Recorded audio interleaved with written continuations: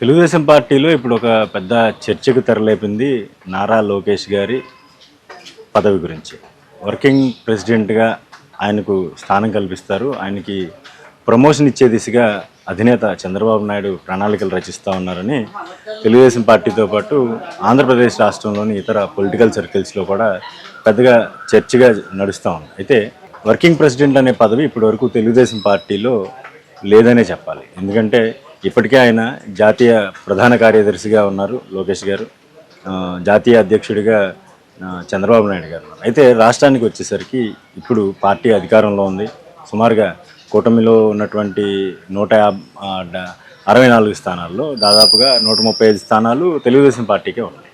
అయితే ఇప్పుడు లోకేష్ గారిని ఎస్టాబ్లిష్ చేయాలనేది సర్వత్రా అంటే తెలుగుదేశం పార్టీ యువ నాయకత్వాన్ని ఒక ప్రోత్సహించాలనే ఉద్దేశంతో తెలుగుదేశం పార్టీ కేడర్ అంతా కూడా లోకేష్ గారిని ప్రపోజ్ చేస్తున్న పరిస్థితి కనిపిస్తూ ఉంది. దీనికి అనుగుణంగానే చంద్రబాబు నాయుడు గారు కూడా ఒక పక్కా స్టెప్ తీసుకునే పరిస్థితులు కూడా కనిపిస్తూ ఉన్నాయి. అయితే నారా లోకేష్ గారు వర్కింగ్ ప్రెసిడెంట్ అంటే దాదాపుగా అధ్యక్షుడే, ఇంకా పార్టీ అధ్యక్షుడే. అయితే చంద్రబాబు నాయుడు గారు ఉండగా అధ్యక్ష పదవి ఆయనకి డైరెక్ట్గా కట్టుబెట్టడం అనేది సమంజసం కాదు. ఎందుకంటే ఒక పక్క మ్యాండేట్ అయితే తెలుగుదేశం పార్టీకి ప్రజలు ఇచ్చారు.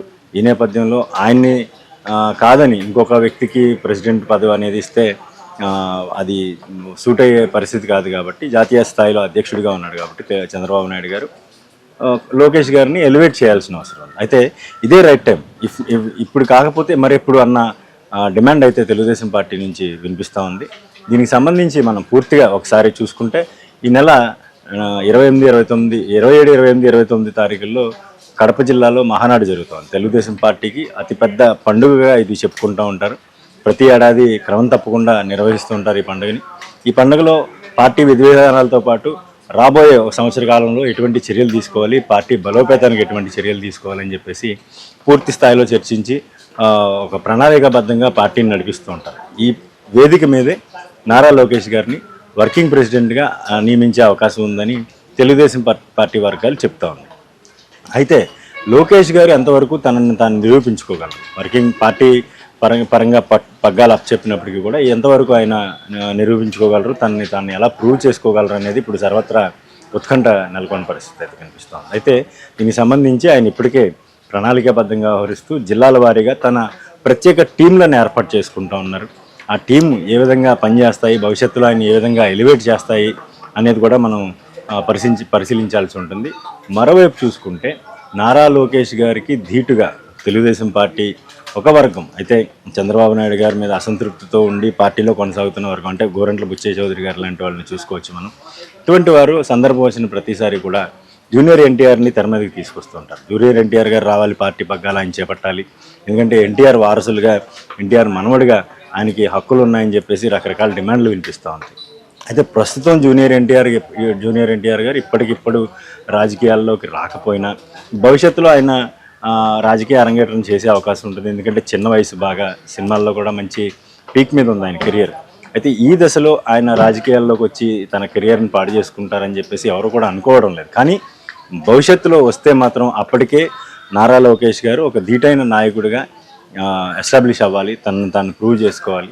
ఇప్పటికే ఆయన్ని ప్రూవ్ చేసుకోవడానికి, ఆయన ఎస్టాబ్లిష్ చేయడానికి చంద్రబాబు నాయుడు గారు చేయని ప్రయత్నం ఉండలేదు. ఎందుకంటే 2014-19 మధ్య ఎమ్మెల్సీగా అవకాశం ఇచ్చారు, మంత్రి పదవి ఇచ్చారు. ఇప్పుడు కూడా చాలా కీలకమైన పోర్ట్ఫోలియోలు ఆయనకి అప్పచెప్పారు.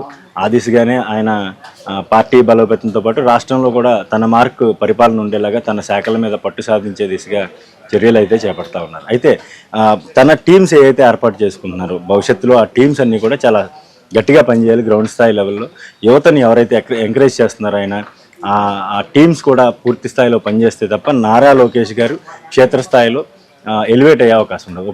ఒక ఎగ్జాంపుల్ తీసుకుంటే మనం నారా చంద్రబాబు నాయుడు గారు ఎన్టీఆర్తో విభేదించిన తర్వాత, ఆయన పార్టీని హ్యాండ్ ఓవర్ చేసుకున్న తర్వాత ఎటువంటి ప్రణాళికాబద్ధంగా వ్యవహరించారనేది ఇక్కడ మనం పరిశీలించుకోవాల్సి ఉంటుంది. అయితే ఇదే ఆలోచన, ఇదే ప్రణాళిక లోకేష్ గారికి ఉంటుందా అంటే చెప్పలేము మనం. ఎందుకంటే చంద్రబాబు నాయుడు గారి ఆలోచన ఒకలా ఉంటుంది, నారా లోకేష్ గారి ఆలోచన ఒకలా ఉంటుంది. అయితే దాన్ని ఏ విధంగా ఇంప్లిమెంట్ చేసుకుని తనను తాను ఎస్టాబ్లిష్ చేసుకుంటుందో పాటు రాష్ట్ర భవిష్యత్తులో ఎటువంటి సుస్థిర స్థానం ఆయన నిలబెట్టుకుంటారనేది కూడా ఇప్పుడు చర్చనీయాంశంగా మారింది. మరోవైపు చూసుకుంటే గత 4-5 నెలల క్రితం నారా లోకేష్ గారికి డిప్యూటీ సీఎం పదవి ఇవ్వాలని చెప్పేసి తెలుగుదేశం పార్టీతో పాటు ఇటు జనసేన కూడా రెండు వర్గాల మధ్యన ఘర్షణగా కూడా ఈ సిచ్యువేషన్ తలెత్తిన పరిస్థితిని మనం చూసాం. అయితే ఇటువంటి సిచ్యువేషన్లో నారా లోకేష్ గారిని ఎలివేట్ చేయాల్సిన అవసరం అయితే చంద్రబాబు నాయుడు గారు ఖచ్చితంగా ఉంది. ఈ నేపథ్యంలోనే ఇటు ప్రభుత్వంలో కీలకమైన పాత్ర ఇవ్వకపోయినా పార్టీలో చాలా కీలకమైన బాధ్యతలు అప్పచెప్తే దాని ద్వారా నారా లోకేష్ గారు తనని తాను ప్రూవ్ చేసుకునే అవకాశం ఉంటుందని భావించినట్టున్నారు చంద్రబాబు నాయుడు గారు.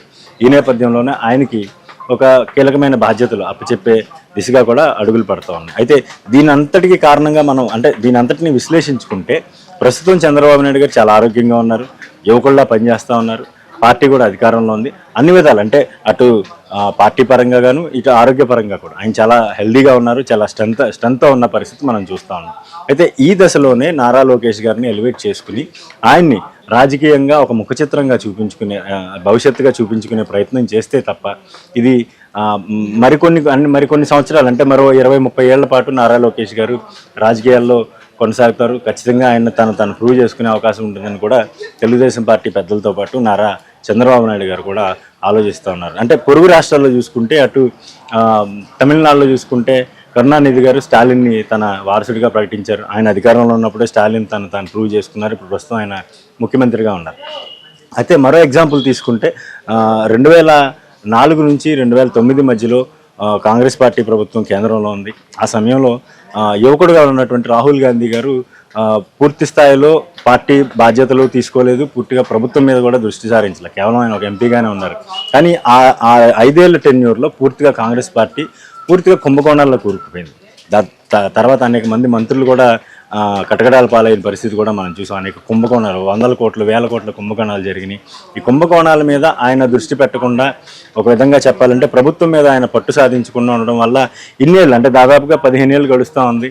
ఈ 15 ఏళ్ల సమయంలో కూడా ఆయన నిలదొక్కోవడానికి అవస్థలు పడుతూ ఉన్న పరిస్థితి మనం చూస్తూ ఉన్నాం. అంటే రాహుల్ గాంధీ గారి విషయంలో జరిగింది ఇక్కడ జరుగుద్దా, లేకపోతే ఇక్కడ జరిగింది అక్కడ జరుగుద్దా అనేది ఎగ్జాంపుల్గా చెప్పడం కాదు. కానీ ఒకవేళ పరిస్థితులు అనుకూలంగా ఉంటే మాత్రం ఇప్పుడు కాకపోతే మరెప్పుడు అనే డిమాండ్ అయితే వినిపిస్తూ ఉంది. దీంతో నారా లోకేష్ గారిని ఖచ్చితంగా రేపు జరగబోయినటువంటి మహానాడులో వర్కింగ్ ప్రెసిడెంట్గా ప్రకటించే అవకాశం ఉంది.